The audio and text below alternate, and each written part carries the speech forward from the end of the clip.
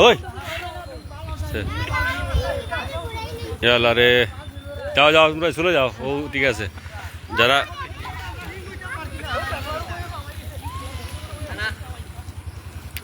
দুঃখজনক আজকে এই সুরমা বেড়ির বাঁধার কারণে অনেক উপকার হয়েছে, কিন্তু এটার সাথে কিছু অপকার হয়েছে। আমাদের এইখানে পার্শ্ববর্তী কয়েকটা বাড়ি এগুলা কিন্তু এই ডুবাই দিয়েছে বৃষ্টির পানি না নামার কারণে।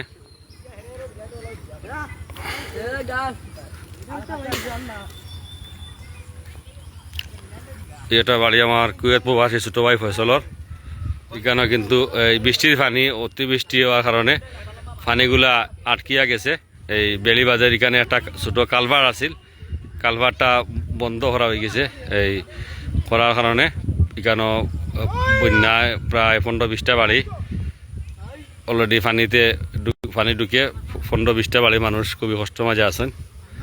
আর সড়কটা দেওয়া হয়েছে, খুব উপকার হয়েছে। প্রায় বৃহত্তর প্রায় 2200 মানুষ এটা থেকে উপকার হয়েছে আমরা ধর্মনগর পূর্ব বিশেষ করিয়া। আর এখানে কিন্তু প্রায় কয়েকটা পরিবার পানিবন্দি গেছে, খুব বেশি পানি হয়েছে। হ্যাঁ, এরা স্বেচ্ছাসেবী হলে খায় খতরা দেখি সত্যি ওরা চাই। আলহামদুলিল্লাহ। কিতাব শিবির ভাই তোমার কিতাব গরো পানি বাগছে নি? গরো আমরা শিবির ভাই গরো আটে পানি গেছে গিয়া এই সড়কটা হওয়ার কারণে।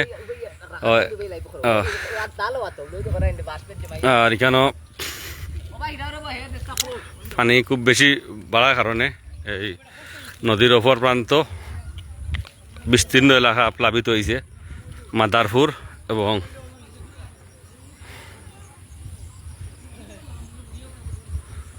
আপনারা খেয়ে হইতে দেখা, যদি পরিষ্কার দেখা যায় নেটওয়ার্কেরও সমস্যা তাহলে কমেন্ট করে জানাইবা। এটা হইল গিয়া বিস্তীর্ণ এলাকা মাদারপুর এবং এই দোনার যে পার্শ্ববর্তী জায়গাগুলা খুব বেশি পানিতে প্লাবিত হয়েছে। আর আমরা গ্রাম আলহামদুলিল্লাহ ঐতিহ্যবাহী এই ধর্মনগর পূর্ব গ্রাম।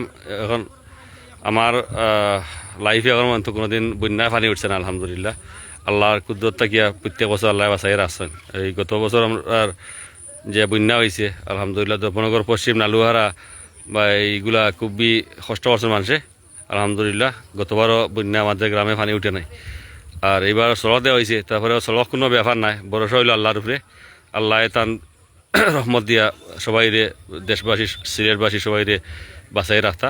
আর খুব বেশি পানি হয়েছে নদীর ওপর প্রান্ত এই মাদারপুর এবং দোনার যে অববাহিকা আছে পার্শ্ববর্তী, খুব বেশি পানি।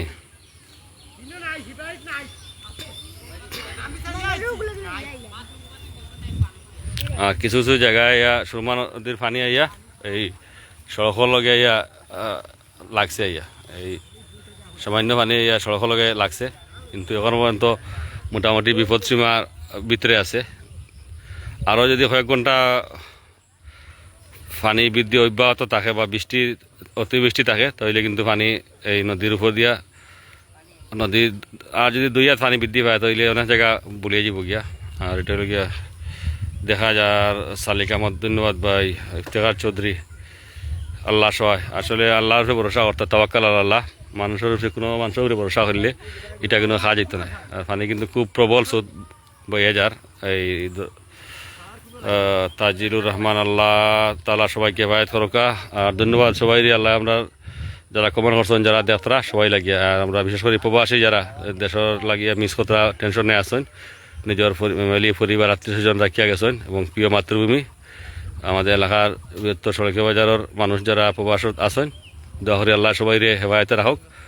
আর ইনশাআল্লাহ আল্লাহ আমরা এই রহমতর বৃষ্টি পর্যন্ত সীমাবদ্ধ রাখবা, যাতে গজব পর্যন্ত না হয়। আসলে বৃষ্টি আল্লাহর রহমতের বৃষ্টি, কিন্তু অতিবৃষ্টি এটা মানুষের ক্ষয়ক্ষতির হয়ে যায়, এটা কিন্তু খুবই খারাপ জিনিস। আল্লাহ হেফাজতের মালিক জাকারিয়া আহমদ ভাই, সালিক আহমদ, এই যে এক পাশে আপনি বালানি জি আলহামদুলিল্লাহ ভাই বালা, এক পাশে নদী সমতল ভূমি আর পাহাড়ের সাথে কিন্তু অনেক জায়গায় গিয়া পানি লাগিয়ে গেছে গিয়া। এটা হইল গিয়া পাহাড়। আরও যদি সামান্য পানি বৃদ্ধি পায় তাহলে কিন্তু নদী পাহাড় আর মাঝখানে কোনো জায়গা বাকি থাকতো না। একমাত্র এই সুরমা বেড়িবাঁধের এই যে এলাকাটাতে পানি অলরেডি কিছু কিছু জায়গায় টাচ করছে এই সুরমা বেড়িবাঁধ বা ডাইক। কারণ অনেক মানুষ আইছে না আজকে পানি দেখাত এই পানি আমরা সবারও আগ্রহ থাকে আসলে আমরা হয় হয় সবার আগ্রহ থাকে যে পানি বাড়েননি সুরমা নদীত অনেকে আমরা আসলে সড়ক যোগাযোগ হওয়ার কারণে এইদিকে বেশি যাতায়াত তোমার বাড়ি উঠানো উঠেছেন পানি আসলে তারা বাড়িত এই গরম আসবো গিয়া তারা বাড়ি আসলে এই যে সড়ক দেওয়া হয়েছে সড়কের কারণে নিচে একটা কালভার আছিল কালভারটা বন্ধ করা হয়ে গেছে গিয়া আর এই কারণে হ্যাঁ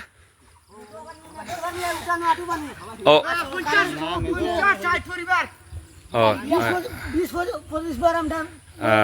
সালে আহমদ সালান আল্লাহ ভাইতে মালিক ইনশাআল্লাহ মঞ্জুর আলম মামা কিতাব বালা আছে নি আপনার শরীর বালা নি জি জি ভাই না আলহামদুলিল্লাহ বালা আছি আলহামদুলিল্লাহ